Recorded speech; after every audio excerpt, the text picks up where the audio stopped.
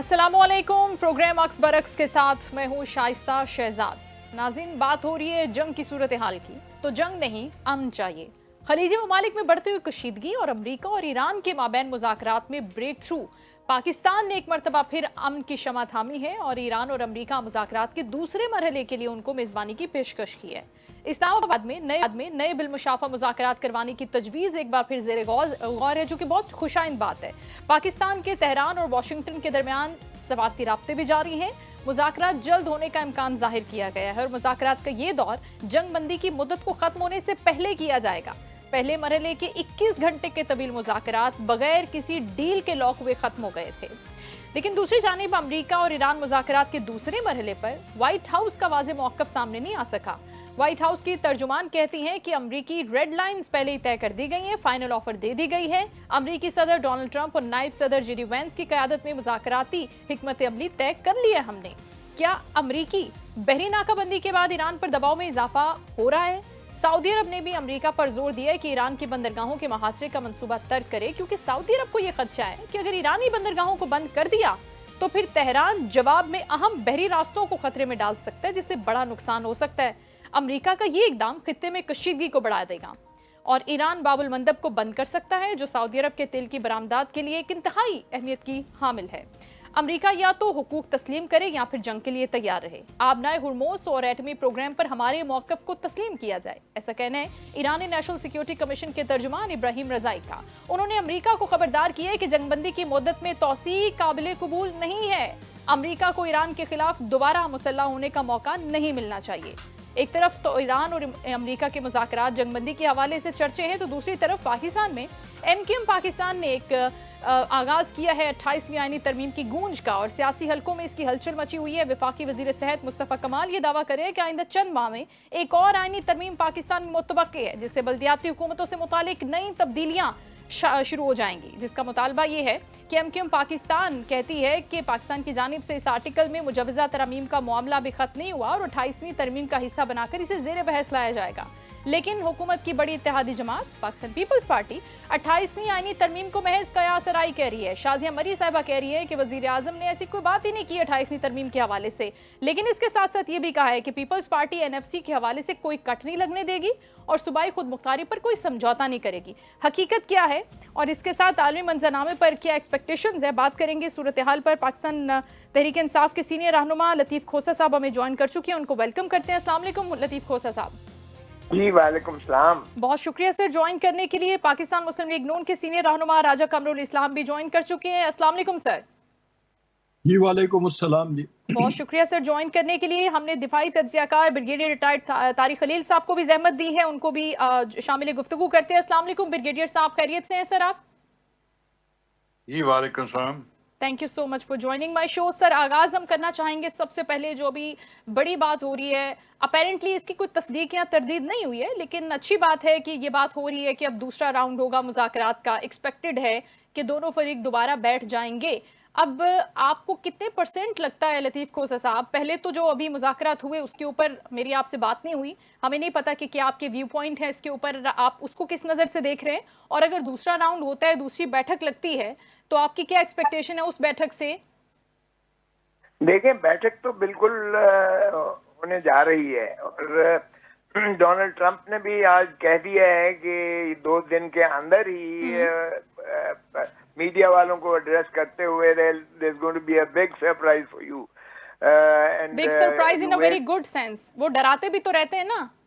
नहीं नहीं, मगर वो उन्होंने कहा कि ये जो है, और दूसरा सवाल भी ये था कि उन्होंने कहा हम उनके पास क्यों जाएंगे जिन्होंने, तो सो पाकिस्तान ही उनका जो है, क्योंकि उन्होंने फील्ड मार्शल का बहुत ज्यादा तारीफ की और उन्होंने कहा उनकी तारीफ करके तो उन्होंने कहा कि 2 दिनों के अंदर, और ये बिल्कुल होने जा रही है, डेफिनेटली होगी, इसलिए कि अमेरिका अफोर्ड नहीं कर सकता है। डोनाल्ड ट्रंप इतना ज्यादा कंट्रोवर्शियल हो गया है कि उसकी ये बिल्कुल मजबूरी है कि उसने ये हर कीमत पर ये इसको करना है, लेकिन वो जरा अपनी पब्लिक को, चूंकि मिड टर्म इलेक्शन आया चाहते हैं, जी। तो वो जरा अपना फेस सेविंग के लिए ये दिखाना, अपर हैंड रख के वो जो है वो करना चाहता है, सीज फायर को एक्सटेंड करेगा, या वो ये इसकी नेगोशिएशंस की हतमी जो है वो डील हो जाएगा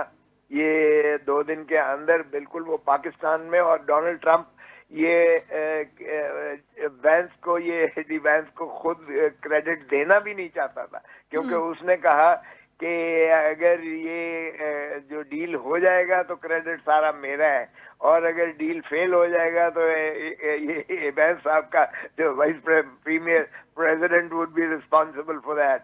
तो वो जो है, क्योंकि बहुत ज्यादा ईगोइस्टिक है, और वो अपनी नमूदो नुमाइश और मैं से बाहर बहुत नहीं ज्यादा निकलता है। Self praising. वो कहते हैं कि सबसे कामयाब मैं हूँ, और मैं जो कामयाब लोग हैं उनके दरमियान बैठना भी पसंद नहीं करता, ताकि मेरी अहमियत में कोई कमी ना आ जाए। काफी इसीलिए मुज़ाहिका वो के खुद ही स्टेटमेंट होते करेगा, हैं वैसे और अक्सर। अनकरीब देखेंगे पाकिस्तान में डोनाल्ड ट्रंप ही आएगा, अच्छा। और उधर से ईरानियन प्रेसिडेंट आएगा, और जबरदस्त। ये this will be one of the biggest deals in not only South Asia का, ये एशियन या गल्फ स्टेट का होगा, बल्कि internationally it will be one of the biggest covenants that will be signed between two warring countries. तो ये उसका credit वो खुद लेना पसंद करेगा, और ये इंशाल्लाह मुझे कभी उम्मीद है आपकी इस कि बात ये में इंशाल्लाह आपकी इस बात में काफी वजन है खोसा साहब, कि वो क्रेडिट के लिए जरूर आएगा, किसी और चीज के लिए आए या ना आए। राजा साहब, आप भी सेम सोच रहे हैं और सेम आपका व्यू पॉइंट है इसके ऊपर कि ईरान के वफूद अगर आ रहे हैं तो हमें इस बात के लिए सोच लेना चाहिए कि अभी ट्रंप खुद आएंगे इसका क्रेडिट लेने के लिए, अगर जंगबंदी की तरफ, मुकम्मल सीज फायर की तरफ बात होती है और मुआहिदा अपेरेंटली एक होता है 2 दिन के अंदर या 2 दिन के बाद। देखिए, पाकिस्तान तो पूरे खलूस से, पूरी स्ट्रगल के साथ ये कोशिश कर रहा है कि ये मामला निबट जाए। और वेदर प्रेसिडेंट ट्रंप आते हैं, वाइस प्रेसिडेंट आते हैं, या एबीसी आता है, जी। तो पाकिस्तान के लिए तो ज़्यादा इम्पोर्टेंट पाकिस्तान की अपनी इकॉनमी के लिए, रीजनल स्टेबिलिटी के लिए, रीजनल इकॉनमी के लिए, बल्कि दुनिया भर की इकॉनमी के लिए। आप देखें कि ये वो बहरान है दुनिया का। इससे पहले भी गल्फ में वॉर्स हुई, ईरान इराक जंग हुई, रशिया यूक्रेन जंग चल रही है, और दीगर वॉर्स हुई, लेकिन ये वो वाहिद जंग है जिसने तमाम बर्र-ए-आज़मों को मुतासर किया है। तमाम ममालिक को नहीं, तमाम बर्र-ए-आज़मों को। यानी यूनाइटेड स्टेट्स ऑफ अमेरिका, खुद अमेरिका और कनाडा कि जो जिनका इससे कोई ख़ास ताल्लुक नहीं है, ना वो अबनाए हरमुज़ से उनका तेल गुजर के जाता है, लेकिन वहाँ पे भी 30 to 40% फ्यूल प्राइसेस बढ़ी हैं, और उसके नतीजे में दीगर प्राइस की हाइक आने वाली है। इसी तरह यूरोप के तमाम ममालिक। तो उस हवाले से ये एक तीसरी आलमी जंग को रोकने से भी शायद ये बड़ा कदम होगा, इस जंग को रोकना। और पाकिस्तान इस पे डिटरमिन्ड है, और पाकिस्तान ने ये पोजीशन जीती है अपने कंडक्ट के साथ, अपने प्रिंसिपल्ड कंडक्ट के साथ। आप अगर प्री वॉर और फिर पोस्ट वॉर उस टाइम को देखें, तो जहां पे पाकिस्तान ने ईरान पे अमेरिकी हमले पे करारदाद में उसके खिलाफ वोट दिया, यानी उस करारदाद के हक में दिया, हमले के खिलाफ, वहां पे equally on the same principle Pakistan ने गल्फ कंट्रीज पे हमलों के खिलाफ जो करारदाद आई उसके भी हक में वोट दिया। यानी पाकिस्तान ने अपनी गैर जानबदारी को बरकरार रखा, और ये सालसी विन की, यानी ये सालसी किसी ने पाकिस्तान को पेश नहीं की, पाकिस्तान ने ये जीती। और रीजन में ये वाहिद मुल्क था जिसने अपनी प्रिंसिपल स्टांस पे अपनी गैर जानबदारी बरकरार रखी, और उसके नतीजे में पाकिस्तान ने अपनी क्रेडिबिलिटी में इजाफा किया। आप चंद बरस पहले के पाकिस्तान को देखें, जब पाकिस्तान पे ये इल्ज़ाम था कि पाकिस्तान दहशतगर्दी को फ़रोग दे रहा है, और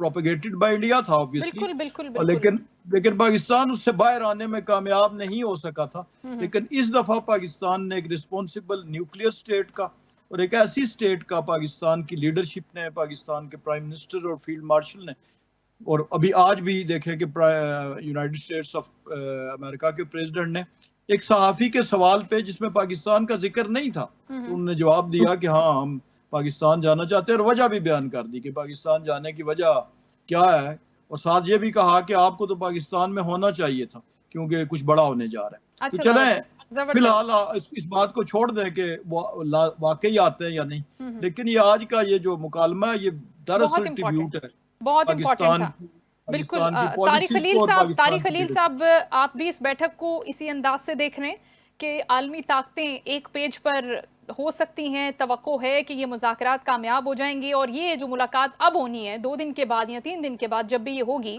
वो किसी बड़े मुआहिदे की बुनियाद बन सकते हैं? वाकई हो सकती है डील सर? क्योंकि उन्होंने कहा था कि सिर्फ एक नुक्ता है जिसके ऊपर ईरान जो है वो बहुत ही सख्तगीर अपना रखे हुए एटीट्यूड। अस्सलाम वालेकुम। देखिए, बात यह है कि पहले 2-3 प्रोग्राम्स में मैंने कहा था कि पूरे मामले की 3 डायमेंशंस हैं। राइट। एक डायमेंशन ये है कि after fighting 12 days war last year and 40 days war this time, the Americans have bled $1.4 trillion. Right. And everyday cost is mounting to between $2 to $3 billion. दूसरी बात यह है कि दूसरी डायमेंशन ये है कि इस जंग के बाद जो सूरत हाल डेवलप हुई है, जिसको हम कहते हैं geo strategic dynamic change in the world order, इसमें south block has emerge very strong. South block से लीडिंग प्लेयर्स हैं चाइना एंड रशिया, और जो अमेरिकन ने अपने एसेट्स नॉर्थ कोरिया से और ताइवान से विड्रॉ करके मिडिल ईस्ट में लाए हैं, उसका सबसे बड़ा इम्पैक्ट जो है और जो बेनिफिशियरी है वो चाइनीज हुए हैं। और आपको याद है पिछले 2 दिन पहले KMT जो अपोजिशन पार्टी है ताइवान की हेड जो है, शी वाज इन चाइना, और वो जाके शी जिनपिंग से मुलाकात हुई है, and this is a very very significant movement. Third dimension ये है कि डील एक मजबूरी है अमेरिका की, they will have to have it. इसलिए मैंने पिछली दफा भी कहा था, I was part of the brigadier staff general Zia के जमाने में, जी जी। जब जिनेवा एकॉर्ड बातचीत चल रही थी, तो वो 2 साल चली थी। ये तो अभी एक नशिस्त में आप 47 साल के मसले को हल कैसे कर सकते हैं। लेकिन सबसे बड़ी इम्पोर्टेंट बात यह है कि Pakistan has been able to make both the warring party sit together, which is a great achievement. I congratulate and all the players who were in it. तो ये बहुत बड़ी अचीवमेंट है कि उनको बिठा लिया। बिल्कुल। और ये डील देखिए एक नशिस्त में नहीं होती है, बिल्कुल। इसमें उन्होंने अपने अपने पॉइंट ऑफ व्यू, अब आस्ता आस्ता चीज खुल रही हैं। इवन प्रेसिडेंट ट्रम्प ने कहा कि बहुत सारे मामला पे हमारा एग्रीमेंट हो गया था, कुछ पॉइंट्स रह गए हैं। So both parties have taken away the point, internal उनकी। That's right. खोसा साहब, आप देख रहे हैं कि अब एक पॉइंट के ऊपर अगर बात अटकी हुई है तो प्रॉब्ली उसके ऊपर तो बात हो जाएगी, लेकिन ईरान की तरफ से बहुत ज़्यादा ट्रस्ट डेफिसिट भी शो किया जाता है। वो कहते हैं कि एतमाद की कमी है। क्या पाकिस्तान सर कोई ऐसा रोल प्ले कर सकता है बीइंग फैसिलिटेटर, मीडिएटर, कि वो जो फरीकैन हैं उनके दरमियान एतमाद की कमी को दूर करे, एतमाद बढ़ाए? क्या गारंटियर की पोजीशन पर भी जा सकता है या नहीं? पाकिस्तान ये होल्ड नहीं कर सकता कि वो गारंटियर बने। एक अनप्रेडिक्टेबल जो प्रेसिडेंट है डोनाल्ड ट्रंप, उसके लिए ईरान का मामला अपनी जगह पर है कि एक तवील उनकी लड़ाई है, तवील उनकी जिदोजहद है, अभी उन्होंने सब कुछ अपने दाव पर लगा दिया था। मेरा अपना ख्याल ये है कि गारंटियर की जो सर ब्रिगेडियर साहब, खोसा साहब से ये सवाल है, मैं आपकी तरफ आ रही हूँ इसके उनका जवाब लेने के बाद। जी खोसा साहब। देखिए, डोनाल्ड ट्रंप का इस वक्त जो ग्राफ है, आप यकीन कीजिएगा, जो उसने पोप के बारे में हर्जा सराई की है, उसमें जो है 1.5 बिलियन जो है क्रिश्चियंस वो इतने फ्यूरियस हैं कि जिसकी कोई हद नहीं है। फिर उसने अपना कैरिकेचर पहना के अपने आप को यीशु मसीह के बराबर उसने दिखाया। It is ridiculous the amount of humiliation that Donald Trump को इस वक्त मुयसर आ रही है, मिल रही है। लेकिन डोनाल्ड ट्रंप की कोई गारंटी नहीं दे सकता। Donald Trump is so unpredictable and unbalanced a person कि अमेरिका में खुद इसके खिलाफ इम्पीचमेंट हो जाएगी। मैं आपको बताऊं, अगर ये फेल होता है तो उसको भी स्टेक्स का पता है, लेकिन उससे ज्यादा उसकी पार्टी को जो है कंसर्न है कि मिड टर्म इलेक्शंस आया चाहते हैं। मिड टर्म इलेक्शंस में अगर ये वॉर का सोल्यूशन नहीं होता, सीज फायर नहीं होती, this is the most unpopular war in the United state, history of the United states of America. Right. तो ये जो है वो कहते हैं कि ये अमेरिका की वॉर नहीं है, ये नेतन्याहू पहली दफा अमेरिका में नेतन्याहू और ज्यूज के खिलाफ, यानी इसराइल की, वरना हमेशा प्रो इसराइल इनकी जो वेव्स और feelings और लॉबी भी थी वाइब्रेशंस और रही हैं, बिल्कुल सही। लेकिन पहली मर्तबा जो है उसका भी उसने वो किया है। तो सो डोनाल्ड ट्रंप की मजबूरी है कि उसको करेगा, वो गारंटी उसकी कोई नहीं दे सकता, ना पाकिस्तान दे सकता है, ना दुनिया में कोई शख्स दे सकता है। He is so तो पाकिस्तान इससे दूर ही रहे। पाकिस्तान जो अपना रोल प्ले कर रहा है, बस दोनों को टेबल पे बिठाने का, बस वही करे तो वो ज्यादा बेहतर है। अगले महीने डोनाल्ड ट्रंप जा रहा है, चाइना में जा रहा है, और वहां भी उसने जो है नॉर्थ कोरियन वाले को भी ये ही वांट्स टू टेक, ये इसी तरह एक क्राइसिस क्रिएट करता है और फिर उसी पर जो है मट्टी डाल के तो एक क्रेडिट लेता है कि मैंने जंगें बंद करवा दी और मैंने मिलियंस ऑफ लोगों की जानें बचा दी। ही इज सो डिलूजनल खोसा साहब। राजा साहब, आप क्या समझते हैं? ऑपोजिशन कह रही है इस पूरे मामले के अंदर कि हुकूमत जो है फॉरेन पॉलिसी को बहुत रिएक्टिवली प्रोएक्टिवली नहीं देख रही है। वहां पर ये तनकीद हो रही है कि जो फैसले हैं वो बड़ी लिमिटेड सतह पर हो रहे हैं, लेकिन सिचुएशन भी तो बहुत सेंसिटिव है ना।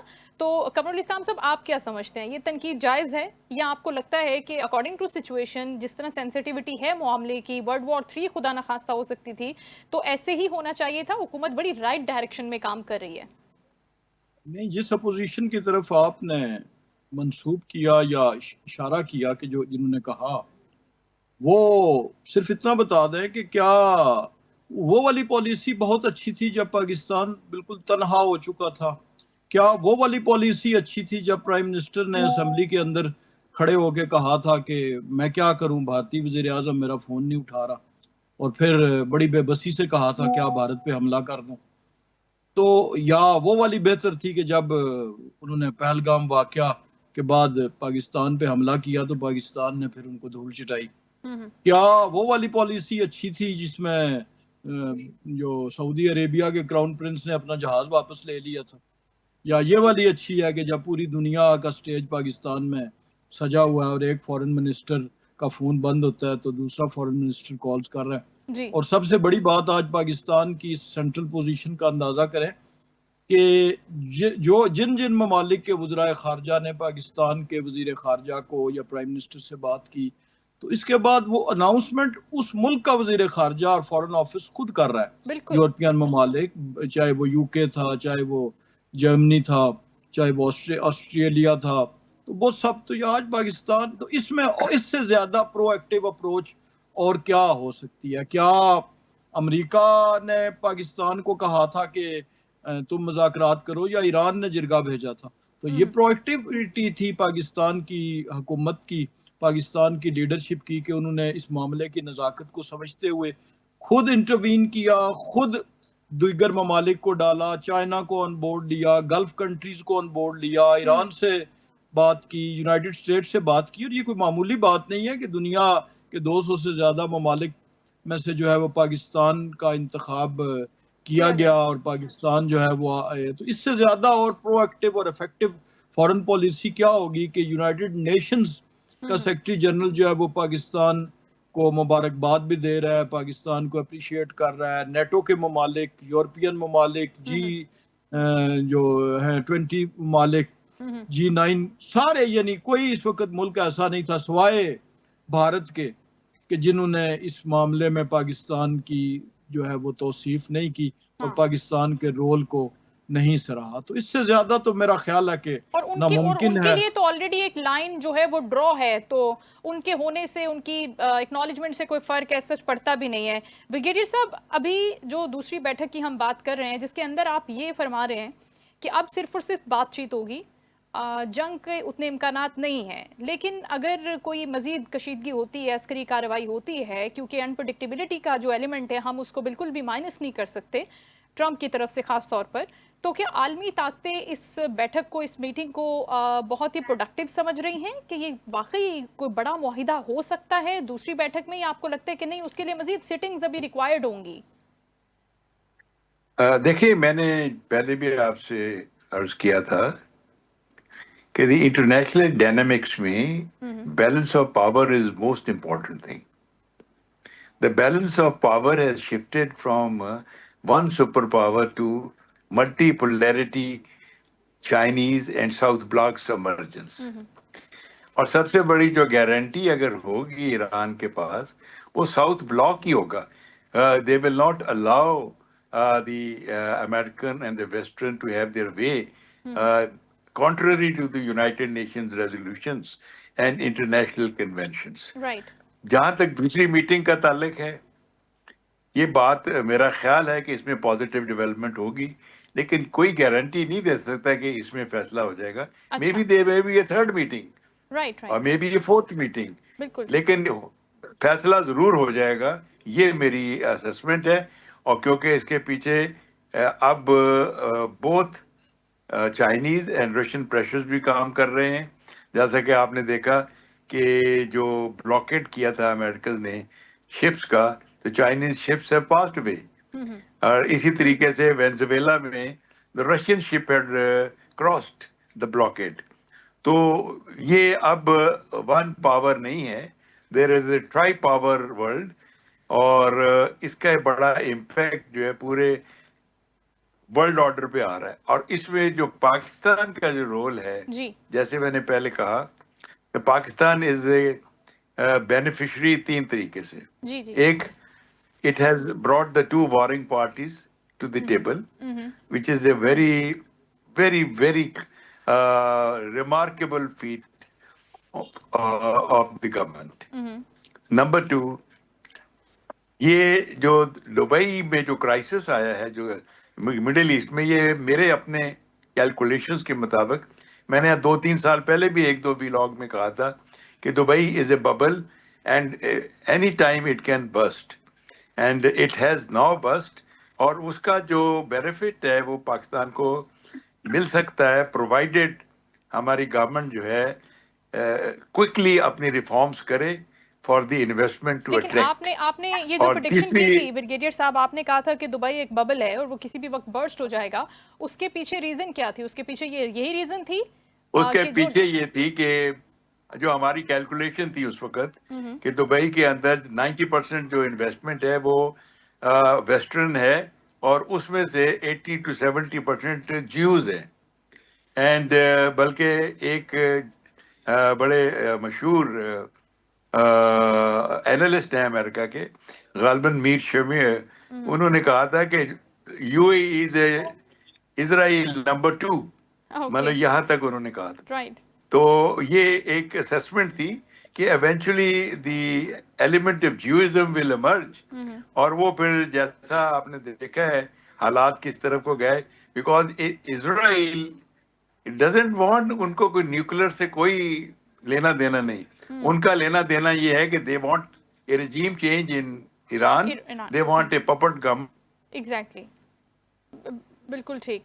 खोसा साहब, आपसे सवाल ये है कि पाकिस्तान के रोल के ऊपर बहुत डिस्कशन हो रही है डे वन से लेकर. पाकिस्तान जब से एफर्ट्स कर रहा है इस पूरे कॉन्फ्लिक्ट के अंदर, आप क्या समझ रहे हैं कि इस बैठक के बाद पाकिस्तान किसी बड़ी डिप्लोमेटिक इनिशिएटिव का ऐलान भी कर सकता है? और पाकिस्तान की जो डिप्लोमेसी इस वक्त है वो बड़ी बैलेंस्ड है, किसी तरफ कोई टिल्ट नहीं है कि एक फरीक की ज़्यादा बात सुनी जा रही है, दूसरे फरीक को वक्त नहीं दिया जा रहा, या एक साइड ली जा रही है, वो वाला यहाँ पर तासुर तो नहीं जा रहा. राइट. देखिए, मैं ऑपोजिशन में हूँ, लेकिन हमारी ऑपोजिशन ने भी इस चीज को अपने इख्तलाफात, अपने तहफ़्फ़ुज़ात, अपने तमाम तर जो है जुल्म और ज़्यादतियों को दरकोरे एतनार रखते हुए हमने इस इनिशिएटिव को इसलिए तारीफ की है क्योंकि ये पाकिस्तान के सवाल है। और पाकिस्तान को जिस तरीके से अभी कह रहे हैं कि अगर हमने कैपिटलाइज करना है तो you need political stability for investment. कभी इकोनॉमी आपकी ग्रो नहीं करेगी जब तक आपकी पॉलिटिकल स्टेबिलिटी नहीं होगी, और पॉलिटिकल स्टेबिलिटी बगैर इमरान खान के साथ जो है ये किए हुए उसकी मुखलसी के बगैर नहीं हो सकती है। एक हार्ट थ्रॉब जो है शख्स जिसका मैंडेट चुराया गया है, अगर उस मैंडेट को जो है रिस्टोर नहीं करते और आइन को अपनी असली शक्ल में बहाल नहीं करते, क्योंकि जिस मुल्क में अदलिया आजाद ना हो और अदलिया मुनहदम कर दी गई हो वहां कभी भी तरक्की नहीं हो सकती है। अच्छा, कोसा साहब से राब्ता गालिबन मुनक़ता हो गया। राजा साहब, आपको आवाज आ रही है? सर जी बिल्कुल सर, मेरा सवाल आपसे ये था कि अभी हम बहुत खुश हैं पाकिस्तान की जीत के ऊपर, पाकिस्तान के एफर्ट्स के ऊपर, पाकिस्तान को जो एक्नॉलेजमेंट मिल रही है, अप्रिसिएशन मिल रही है ग्लोबली, वर्ल्ड वाइड हम बात कर रहे हैं। लेकिन पाकिस्तानी अवाम ये जानना चाहती है कि इस सारी एफर्ट्स के पीछे, सारे अमल के पीछे, सारी मेहनत के पीछे हमारा गेन क्या है? आप उसको कैसे डिफाइन करना चाहेंगे, कैसे समझाना चाहेंगे कि पाकिस्तान को कहाँ पर कितना फ़ायदा नियर फ्यूचर, फार फ्यूचर हो सकता है या हो रहा है? देखिए, पाकिस्तान को आप लॉन्ग टर्म पे तो बाद में जाए ना, पहले ये देखें कि पाकिस्तान इस वक्त दो बॉर्डर्स पे पाकिस्तान इस वक्त जो है वो हॉट बॉर्डर्स है। एक भारत का जो कि पाकिस्तान ने अपनी जोरे बाजू पे और ताकत पे बंद कराया, वरना वो कॉन्टिन्यूस जो है वो एक ट्रबल था। लेकिन फिर उसी के नतीजे में प्रॉक्सीज के जरिए अफगानिस्तान का जी। तो एक तो ईरान में पीस, ईरान की स्टेबिलिटी, ईरान का ये मुआहदा पाकिस्तान के लिए फ्यूचर में एक बहुत बड़े हरबिंजर एक जो है मुआशी विक्ट्रीज का ये हो सकता है। जी। उसकी वजह यह है कि ईरान पाकिस्तान का हमसाया मुल्क भी है ट्रेड की शक्ल में, यानी अगर लेट अस सपोज के जब ये मुआहदा हो जाता है तो उस पे से एम्बार्गोज यूएन की हटती हैं तो पाकिस्तान जो है वो बेनिफिशरी होगा सस्ते फ्यूल का भी, पाकिस्तान बेनिफिशरी होगा उस गैस पाइपलाइन का भी कि जो पेंडिंग है due to United Nations embargo. कुछ लोग उसको मिस इंटरप्रेट करते हैं यूनाइटेड स्टेट्स के साथ, यूनाइटेड स्टेट्स की तो है ही है, लेकिन यूएन की जो है करारदाद उसके तहत उन पे एम्बार्गो वो वाली एक। दूसरा ये है कि पाकिस्तान इस वक्त इमीडिएटली जिन प्रॉब्लम से दो चार है, पाकिस्तान की फॉरेन एक्सचेंज रिजर्व्स इसका मुतहम्मल नहीं हो सकते तेल की इस बढ़ती हुई कीमत का। तो आप देखेंगे इस वक्त तो ठीक है पाकिस्तान ने टारगेटेड सब्सिडी दी, सूबे सब्सिडी दे रहे हैं, जो लो इनकम ग्रुप्स हैं, टू व्हीलर्स हैं, जो पब्लिक ट्रांसपोर्ट की बसेस हैं, किसानों को पंजाब गवर्नमेंट ने सब्सिडी दी गंदम की कटाई के लिए, लेकिन ये कब तक चलेगी? यानी खजाना तो इसका मुतहम्मल नहीं हो सकता। लिहाजा जब ये पीस होगा और उसके नतीजे में तेल की कीमतें नीचे आएंगी, यानी जो इमीडिएट पाकिस्तान के लिए, दुनिया भर के लिए तो रिलीफ है ही है, लेकिन पाकिस्तान के लिए वो ये है। फिर उसके बाद जो पाकिस्तान की पोजीशन एज ए पाकिस्तान को एक तहफ़्फ़ुज़ात के साथ और खदशात के साथ दुनिया देखती थी, बिलखसूस भारत के उस प्रोपेगंडे की रोशनी में कि जिसमें वो पाकिस्तान को पोर्ट्रे करता था कि ये पाकिस्तान दहशतगर्दी को प्रमोट कर रहा है। उसके पीछे भी यही एलिमेंट्स थे जो दहशतगर्दों के, तालिबान के, जो पाकिस्तान से ऑपरेट करते थे। तो एक तो वो वाली बेहतरी आ गई पाकिस्तान ने जब एक वाज़े स्टांस लिया, लेकिन उसके साथ साथ पाकिस्तान का जो अपना इमेज बुलंद हुआ है, जिसके नतीजे में पाकिस्तान का ट्रेड, पाकिस्तान की, और एक और भी है कि जिस तरह अभी ब्रिटिश साहब कह रहे थे कि जो कुछ ममालिक बिलखसूस जो गल्फ के हैं जहां पर बहुत सी इन्वेस्टमेंट मौजूद थी, जिसमें दीगर ममालिक के साथ साथ पाकिस्तानियों की भी थी, तो उसकी जो सेफ्टी का भरम टूटा है, तो उसके बाद उसके भी कुछ ना कुछ समरात जो हैं वो पाकिस्तान में आएंगे। फिर उसको भी छोड़ दें, अगर आप थोड़ी देर के लिए पॉजिटिवली देखें कि जो दुबई यूएई में यूरोपियन नेशनल्स थे जी, लाखों की तादाद में, सिर्फ कोई 2.5 लाख नेशनल्स तो यूके के उन्होंने छोड़ा है दुबई इस जंग के नतीजे में, चार्टर्ड फ्लाइट्स के जरिए और दीगर। तो अब वो जितनी जॉब्स थी हाईली टेक्निकल और बलाई दर्जों की एज कंपेयर टू पाकिस्तान की, तो वहां पर मिडिल जॉब्स हैं या लेबरर्स की या लोअर टेक्निकल ट्रेड्स की हैं इस वक्त पाकिस्तानियों की। बहुत हाई प्रोफाइल जॉब्स पाकिस्तानियों के पास यूएई में या गल्फ कंट्रीज में नहीं है। तो उसमें भी एक पाकिस्तान को जो है अमन के बाद हिस्सा मिलने की तवक्को है जब एक्टिविटीज जैसे मैं जी। अगर तो इजाजत दें पाकिस्तान तो देयर इज ठीक अनदर कॉल फॉर मी। ठीक ठीक जी ठीक। तो पाकिस्तान के लिए ये बहुत से ऐसी बिल्कुल ठीक, चीजें हैं इंशाल्लाह जहां पर चैलेंजेस हैं, वहां पे अपॉर्चुनिटीज भी हैं। बिल्कुल ठीक है, अपॉर्चुनिटीज भी होंगी। खोसे साहब, आपको कनेक्ट इसलिए किए, दोबारा जहमत इसलिए दिए कि 28वीं तरमीम के ऊपर आपसे बेहतर कौन बात कर सकता है। ये जो शोर गोगा हो रहा है, एमकेएम बात कर रही है कि अब 28वीं तरमीम के ऊपर बात होगी, खुलकर होगी, बल्दियाती जो सिस्टम है उसके कंट्रोल पर बात होगी। पीपल्स पार्टी कह रही है कि इसको तो टच ही नहीं करें। क्या समझ रहे हैं कि वाकई ये अवामी मुफाद में है या फिर सिर्फ एक सियासी इकदाम है, कोई फायदा नहीं होगा नीचे लोगों को? देखिए, पहले तो जो 2/3 इस हुकूमत ने जिस तरीके से बनाई है वो भी शर्मनाक है। और जमहूरियत की तो क्या मजाक उड़ाया गया है। ये जमहूरियत तो नहीं है, सिविल मार्शल लॉ है। जिस तरह से 2/3 हमारी जो है मखसूस नशिस्तें ऑपोजिशन की उठाकर जो है वो हुकूमत में बांटी गई, वो भी एक अजूबा है। अख्तर मैंगल जिस तरह अपने सेनेटर्स को ढूंढ रहा था और उनको जो है व्हील चेयर्स पर लाया गया, वो भी एक अजूबा है। फिर जिस तरह से पैसे चलाए गए और MNA 10 को असेंबली के अंदर से उठाया गया, वो भी एक कमाल की चीज है। अरे बाबा, इस तरह से आप आइन में तरामीम अवामी आग उड़ा के आप बनाएंगे तो फिर 26वीं तरमीम और 27वीं तरमीम वो भी आइन की मुनहदिम करने के मुतरादिफ है। 28वीं तरमीम अगर लाएंगे तो आपस में ये लड़ेंगे, और ये इसलिए भी लाना इनकी मजबूरी है, इसलिए कि एक तो वैसे भी ये एस्टैब्लिशमेंट और मौजूदा हुकूमत जो है, खुसूसन एस्टैब्लिशमेंट, वो तो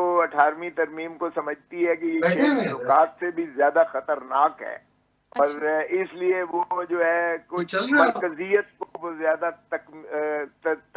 वो देते हैं, ज्यादा इम्पोर्टेंस देते हैं कि प्रेसिडेंशियल टाइप जो है मरकज में हो। और फिर 18वीं तरमीम में जो ये NFC अवार्ड के जरिए सूबों को जो महासल में से रकूम दी जाती है, 60% तो सूबे ले जाते हैं। मरकज के पास क्या सकता है, बचता है फिर। और डेवलपमेंट भी है, फिर आपने कर्जे भी देने हैं, बैनुल अक़वामी जो है मुआहदों की जो आपने सॉवरेन गारंटीज दी हुई है, वो भी आपने अदायगियां करनी है। तो मरकज के पास तो कुछ नहीं बचता। इसलिए वो जो है सूबों की खुद मुख्तारी इस हद तक बढ़ी हुई है और इस हद तक महासल सूबों को चले जाते हैं कि मरकज के पास कुछ नहीं रह जाता है। तो वो मजबूरी है इनकी। फिर ये बल्दियाती निज़ाम का जिस तरीके से जो है ऑब्स्ट्रक्टिव है जितनी गवर्नमेंट्स हैं, वो बल्दियात को वो जो है ये चाहती ही नहीं है कि ये ट्रिकल डाउन हो। इक़्तिदार जो है पॉलिटिकल है, फाइनेंशियल है और एडमिनिस्ट्रेटिव है, ये पावर्स को डिवॉल्व करने देना चाहती ही नहीं है जो हुकूमतें हैं। अच्छा। जो इस वक्त माशाल्लाह मरकज में है। तो MQM तो जाहिर है बरहम नाला होगी। पीपल्स पार्टी इसलिए होगी कि अगर प्रोविंशियल ऑटोनॉमी के प्रिंसिपल को आप उसको अंडू करते हैं तो या जो है NFC अवार्ड को अंडू करते हैं, डिक्रीज करते हैं, तो जाहिर है कि ये पीपल्स पार्टी जो है नाला होगी। अभी भी जो उन्होंने गवर्नर जो है सिंध में तब्दील किया है, निहाल हाशमी को बनाया है, उस पर भी MQM जितनी बरहम है। तो ये पॉलिटिकल टर्मोइल और टर्बुलेंस ही होगा। 28वीं तरमीम अगर ये लेकर आएंगे, PTI का तो अब मजीद नुकसान इन्होंने जो करना था सो कर लिया है। इसलिए ये अब तो ये जो अलायंस में जो हुकूमती अलायंस है उसमें आप देखेंगे कि शिकस्त तो रेख्त होगी और उसमें जो है टर्बुलेंस होगा। अगर ये अफोर्ड कर सकती है हुकूमत, मजीद तलातम चाहती है तो फिर कर ले।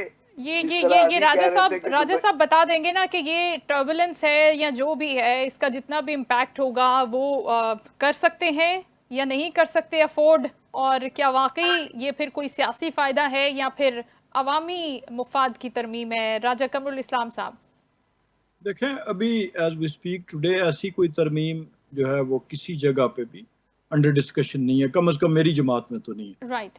तो जब वो नहीं है तो उस पे अजम्पशंस पे क्या बात करनी। MQM का एक मौक़िफ़ है और MQM का मौक़िफ़ में और पीपल्स पार्टी के मौक़िफ़ में फ़र्क है कुछ हवालों से, जिसमें मसलन सर फहरिस्त एक वो बल्दियाती निज़ाम की। MQM का मौक़िफ़ यह है कि जिस तरह ट्रांसफॉर्मेशन हुई थी और वो एक डिसेंट्रलाइजेशन हुई है और सूबों को 18वीं तरमीम के नतीजे में इख्तियारात मिले, तो वो इस मकसद के लिए नहीं थे कि वहीं रुक जाएं, यानी उनको बलदियाती इदारों में ट्रांसफ़र होना चाहिए, उनका ये ठीक मौक़िफ़ ये है। ठीक और पीपल्स पार्टी का और सूबों का मौक़िफ़ ये है कि चूँकि ये मेंट फॉर प्रोविंशियल ऑटोनॉमी थी और प्रोविंशियल ऑटोनॉमी हो गई है और अब सूबे अपनी मकसद अपने हिसाब के मुताबिक जो है वो बलदियाती इदारों को अपने वसाइल फराहम कर रहे हैं, तो ये एक डिफरेंस ऑफ ओपिनियन है, ये एक हेल्दी रवायत है, ये एक दोनों जमातों का है, एक शहरी इलाके को रिप्रेजेंट कर रही है, एक प्रीडोमिनेंटली इंटीरियर सिंध को और सिंध के दही इलाकों को रिप्रेजेंट कर रही है। तो ये इसमें से अगर कोई ऐसी चीज़ जब सामने आएगी तो फिर उस पर डिस्कशन भी हो जाएंगी और उन पर इख्तलाफात भी हो जाएंगे। और आप देखें कि इससे पहले जो तरामीम हुई जी उसमें MQM ने भी वोट दिया, मुत्तहिदा ने भी और पीपल्स पार्टी ने भी दिया, और उससे पहले भी इसी किस्म के खदशात का इजहार किया जाता है। बिल्कुल लिहाजा ठीक ये इस वक्त का कोई इशू नहीं है कि जिस पे हम अभी करें। जब बात कोई ऐसी चीज सामने आएगी तो तो फिर फिर उसको देखा जाएगा। एज वी स्पीक टुडे ऐसी कोई चीज नहीं। Right sir, thank you so much Raja Kamrul Islam साहब, आपके कीमती वक्त का शुक्रिया। सरदार लतीफ़ खोसा साहब, आपने गुफ्तगू की, आपका शुक्रिया। ब्रिगेडियर रिटायर्ड तारिक खलील साहब हमसे बात कर रहे थे, डिफेंस एनालिस्ट, आपका भी बहुत शुक्रिया। सूरत हाल जो है वो क्लैरिटी की तरफ जा रही है, जो बड़ी खुशाइंद है, पॉजिटिव है, और सब खुश भी हैं कि कोई नहीं चाहता कि खित्ते में तबाही हो, कोई नहीं चाहता कि खित्ते में इन्फ्लेशन रेट बढ़े, कोई नहीं चाहता कि कहीं कहत साली हो और किसी का नुकसान हो। लेकिन इसके साथ साथ डोनाल्ड ट्रंप ने जो कहा है 2 दिन के मुज़ाकरात के हवाले से, और एक मरतबा फिर पाकिस्तान की फील्ड मार्शल आसिम मुनीर साहब की तारीफ़ करते हुए पाकिस्तान के ऊपर जो ट्रस्ट का एलिमेंट है उसको बढ़ाया है, तो वो इन मुज़ाकरात के प्रोसेस में सेकंड राउंड में मज़ीद वज़न भी पैदा करता है और उसके साथ साथ मज़ीद सिंसेरिटी के साथ पाकिस्तान अपनी इन एफर्ट्स को जारी रखेगा। शो का वक्त ख़त्म हो, अपना ख्याल रखिएगा। इंशाल्लाह कल आपसे दोबारा मुलाकात होगी। अल्लाह हाफ़िज़।